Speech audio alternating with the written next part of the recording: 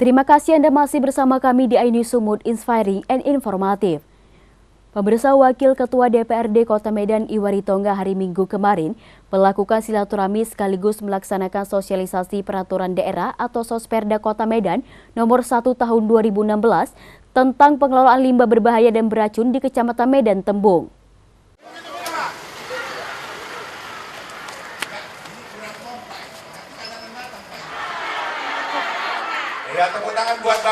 Kegiatan silaturahmi sekaligus pelaksanaan sosialisasi peraturan daerah atau Sosperda Kota Medan nomor 1 tahun 2016 tentang pengelolaan limbah berbahaya dan beracun digelar Wakil Ketua DPRD Kota Medan Ihwari Tongga di dua tempat di Kecamatan Medan Tembung pada hari Minggu kemarin.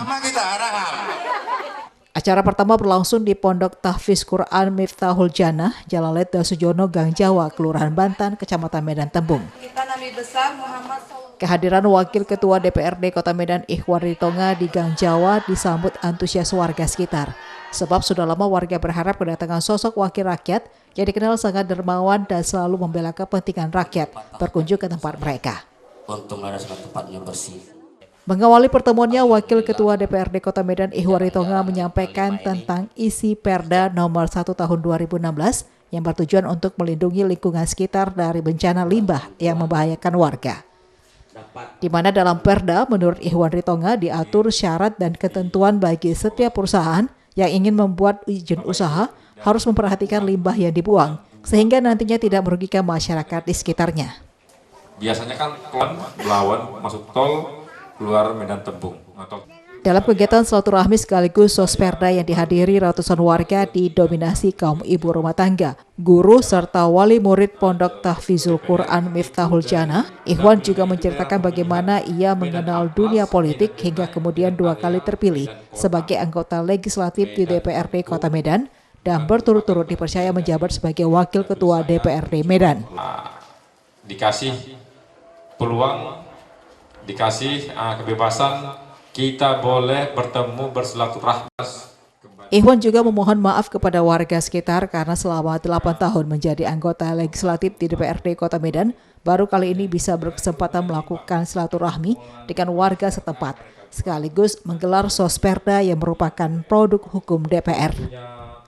Anggota legislatif peraih suara terbanyak dari seluruh anggota DPRD Medan pada pemilu 2016 tahun lalu menjelaskan, selama ini ia tidak bisa hadir menemui warga sekitar dikarenakan berbagai kesibukan dan juga karena ia perwakilan Dapil 4 yang meliputi Kecamatan Medan Amplas, Medan Denai, Medan Area, dan Medan Kota. Nah, kita fokus dengan silaturahminya. Namun begitu, selaku pimpinan DPRD Kota Medan, ia mengaku telah banyak memperjuangkan aspirasi-aspirasi yang disampaikan masyarakat Kecamatan Medan Tembung, seperti perbaikan infrastruktur jalan dan lainnya.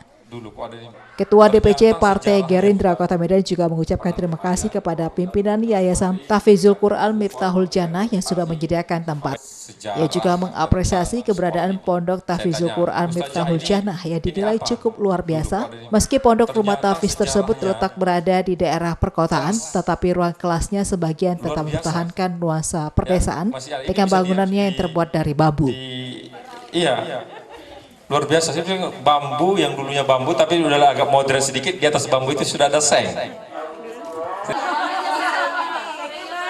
Iya ya, tapi keren. Ini maunya jangan seng Bu, biar aja tetap ini.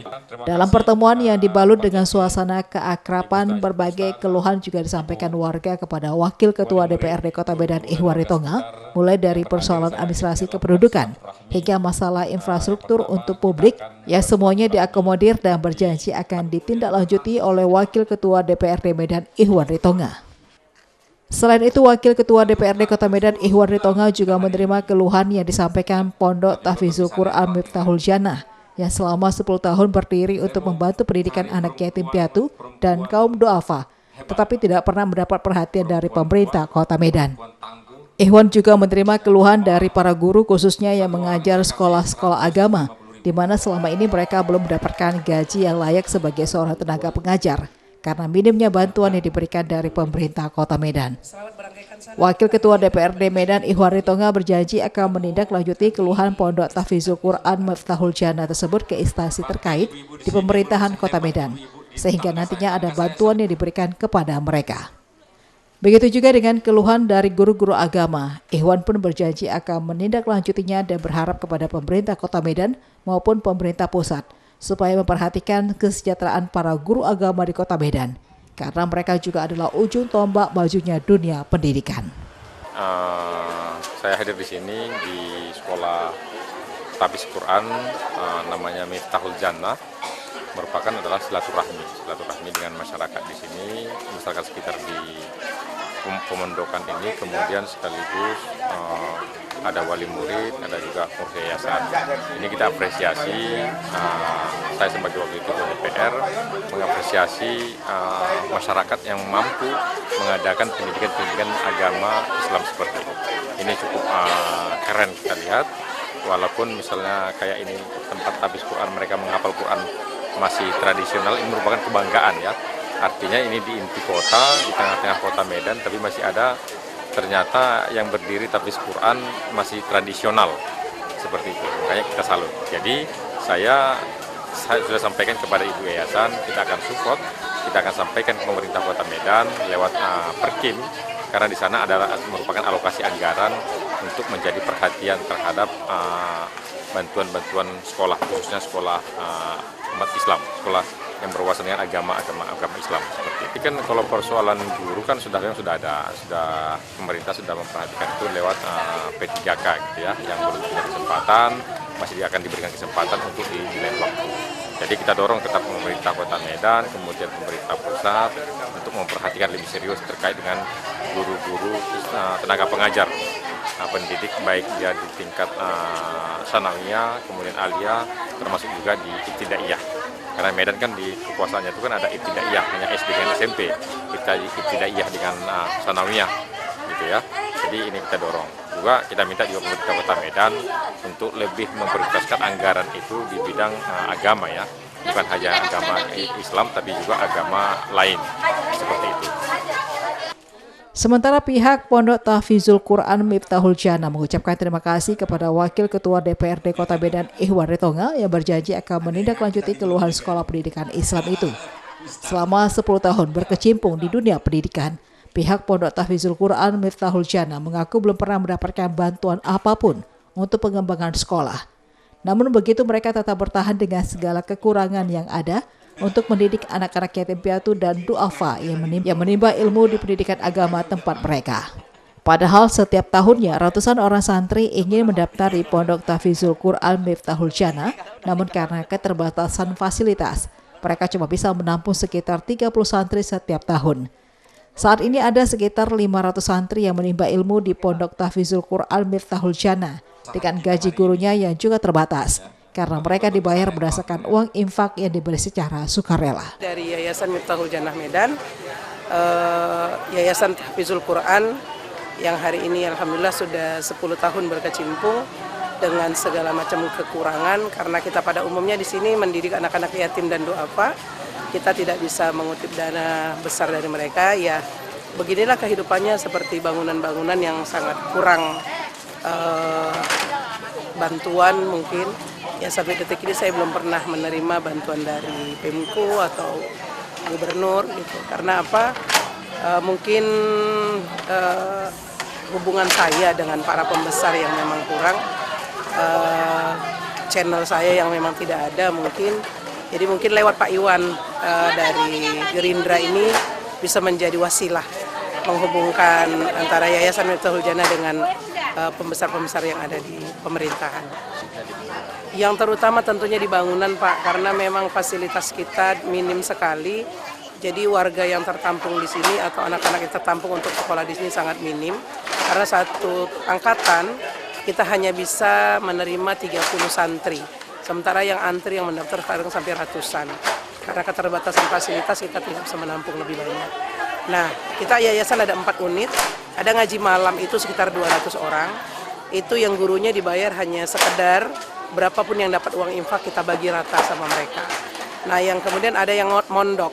Yang mondok itu ada sekitar 55 anak. Itu yatim duafa rata-rata membayar sesuka hati, semampunya. Yang satu lagi ada balita menghafal. Balita menghafal itu juga hari ini hampir 100 anak yang notabene mereka menghafal yang Bayaran gurunya juga yang pasti tidak sesuai dengan yang mereka harap. Tapi alhamdulillah dengan semangat jihad kami kuatkan senantiasa, insya Allah masih bisa bertahan sampai 10 tahun. Totalnya berapa? Total santri seluruhnya hampir 500. Total gurunya sekitar 50 sama pegawai stafnya 55. Itu terdiri dari santri-santri ini artinya sejak ibtidaiyah atau sanawiyah? Iya, dari mulai balita sampai SMA. Kegiatan silaturahmi dan sosperda yang digelar Wakil Ketua DPRD Kota Medan Ihwan Ritonga di Ganjawa ditutup dengan pemberian bingkisan kepada warga yang hadir dan kuis kepada ibu-ibu yang dipenuhi dengan canda dan tawa. Perempuan kuat, perempuan tangguh, ya 5 orang. Kita lomba. Usai dari Jalan Letda Sujono Ganjawa, Wakil Ketua DPRD Kota Medan Ihwan Ritonga kemudian melanjutkan pertemuan dengan ratusan warga di Jalan Letda Sujono Gang Ambon, Kecamatan Medan Tembung, untuk kembali melakukan Sosperda Kota Medan nomor 1 tahun 2016 tentang pengelolaan limbah berbahaya dan beracun. Di hadapan ratusan warga yang juga didominasi kalangan emak-emak itu, Wakil Ketua DPRD Kota Medan Ihwan Ritonga mengimbau warga yang hadir untuk terus serta menjadi mata telinga legislatif dengan ikut serta mengawasi lingkungan sekitar, khususnya terkait limbah usaha yang bisa menjadi ancaman berbahaya bagi kesehatan masyarakat. Menurut Ihwan Ritonga, DPRD tidak bisa bekerja sendiri, karena itu warga juga harus memiliki peran serta sebagai mata telinga legislatif. Ihwan pun mengajak warga mari bersama-sama mengawasi lingkungan sekitar, mengawasi limbah-limbah yang berpotensi membahayakan lingkungan, karena hal ini banyak terlihat di sekitar masyarakat seperti limbah rumah sakit, percetakan, dan limbah usaha lainnya. Wakil Ketua DPRD Kota Medan Ihwan Ritonga menjelaskan Perda nomor 1 tahun 2016 soal limbah merupakan produk hukum yang dibuat bersama oleh DPRD dengan pemerintah Kota Medan, di mana di dalamnya mengatur tata cara dan aturan pembuangan limbah. Syarat izin usaha terkait limbah yang tujuannya untuk melindungi lingkungan sekitar masyarakat dari bencana limbah. Oleh karena itu, Ihwan menegaskan bahwa perusahaan tidak bisa sesuka hatinya mendirikan tempat usaha tanpa memperhatikan pembuangan limbah. Itu sebabnya para pelaku usaha juga wajib mengurus izin terkait limbah. Politisi Partai Gerindra asal Dapil 4 pada pemilihan legislatif 2019 itu juga meminta warga selain mengawasi juga segera melaporkan pihak perusahaan atau industri yang bertingkah dan membuang limbahnya secara sembarangan. Karena ada sanksi ataupun denda yang diberikan kepada setiap perusahaan atau industri yang melanggar aturan yang telah ditentukan dalam Perda nomor 1 tahun 2016. Jadi pertanyaan buat ibu-ibu, Pak Iwan ini nggak pernah nongol di tempat kami, nggak pernah kelihatan seperti itu kira-kira. Setelah menyampaikan sosialisasi terkait Perda nomor 1 tahun 2016, Wakil Ketua DPRD Kota Medan Ihwan Ritonga kemudian memberikan bingkisan berupa cendramata kepada tokoh masyarakat dan tokoh agama yang hadir di Jalan Letda Sujono Gang Ambon. Menurut Wakil Ketua DPRD Kota Medan Ihwan Ritonga, sosialisasi Perda Kota Medan nomor 1 tahun 2016 tentang pengelolaan limbah berbahaya dan beracun sangat penting disampaikan sebagai warning kepada warga pelaku usaha supaya tidak membuat pencemaran lingkungan dari limbah yang dibuang dari tempat usahanya. Karena ia melihat saat ini masih banyak perusahaan ataupun industri di Kota Medan belum menerapkan dengan benar-benar Perda nomor 1 tahun 2016, padahal di dalam Perda ini sudah jelas diatur tentang sanksi dan kewenangan, juga kewajiban dari perusahaan terhadap pemerintah Kota Medan dan juga terhadap masyarakat lingkungan di sekitar perusahaan. Wakil Ketua DPRD Kota Medan Ihwan Ritonga berharap kepada pemerintah Kota Medan, khususnya Dinas Lingkungan, untuk serius mengawasi perjalannya penerapan Perda nomor 1 tahun 2016 demi kepentingan masyarakat Kota Medan. Jadi ini kan sosper tentang pengelolaan limbah ya, limbah B3 yang berbahaya dan beracun. Ini jelas merupakan suatu produk hukum yang dibuat oleh teman-teman DPR untuk sebagai warning terhadap pelaku-pelaku usaha supaya menentukan limbahnya itu jelas-jelas gitu ya. Di Perda ini sudah disampaikan jelas tujuannya seperti apa, kemudian kontribusinya terhadap pemerintah Kota Medan juga jelas. Ini dibuat semua merupakan sebagai tanggung jawab kita sebagai lembaga DPR tentang pengawasan limbah B3 ini, sehingga dampaknya terhadap lingkungan tidak terjadi pencemaran. di lingkungan. Ya.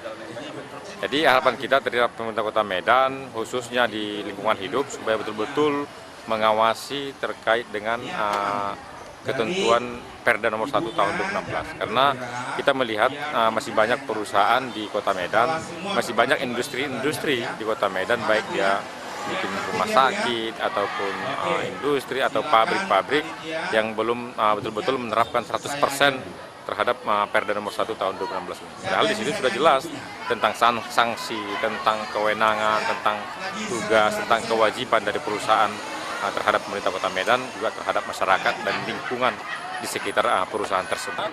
Dari Medan, Said Ilham, iNews melaporkan. Ya pemirsa, informasi tadi mengakhiri iNews Sumut hari ini. Ingat selalu patuhi 3M.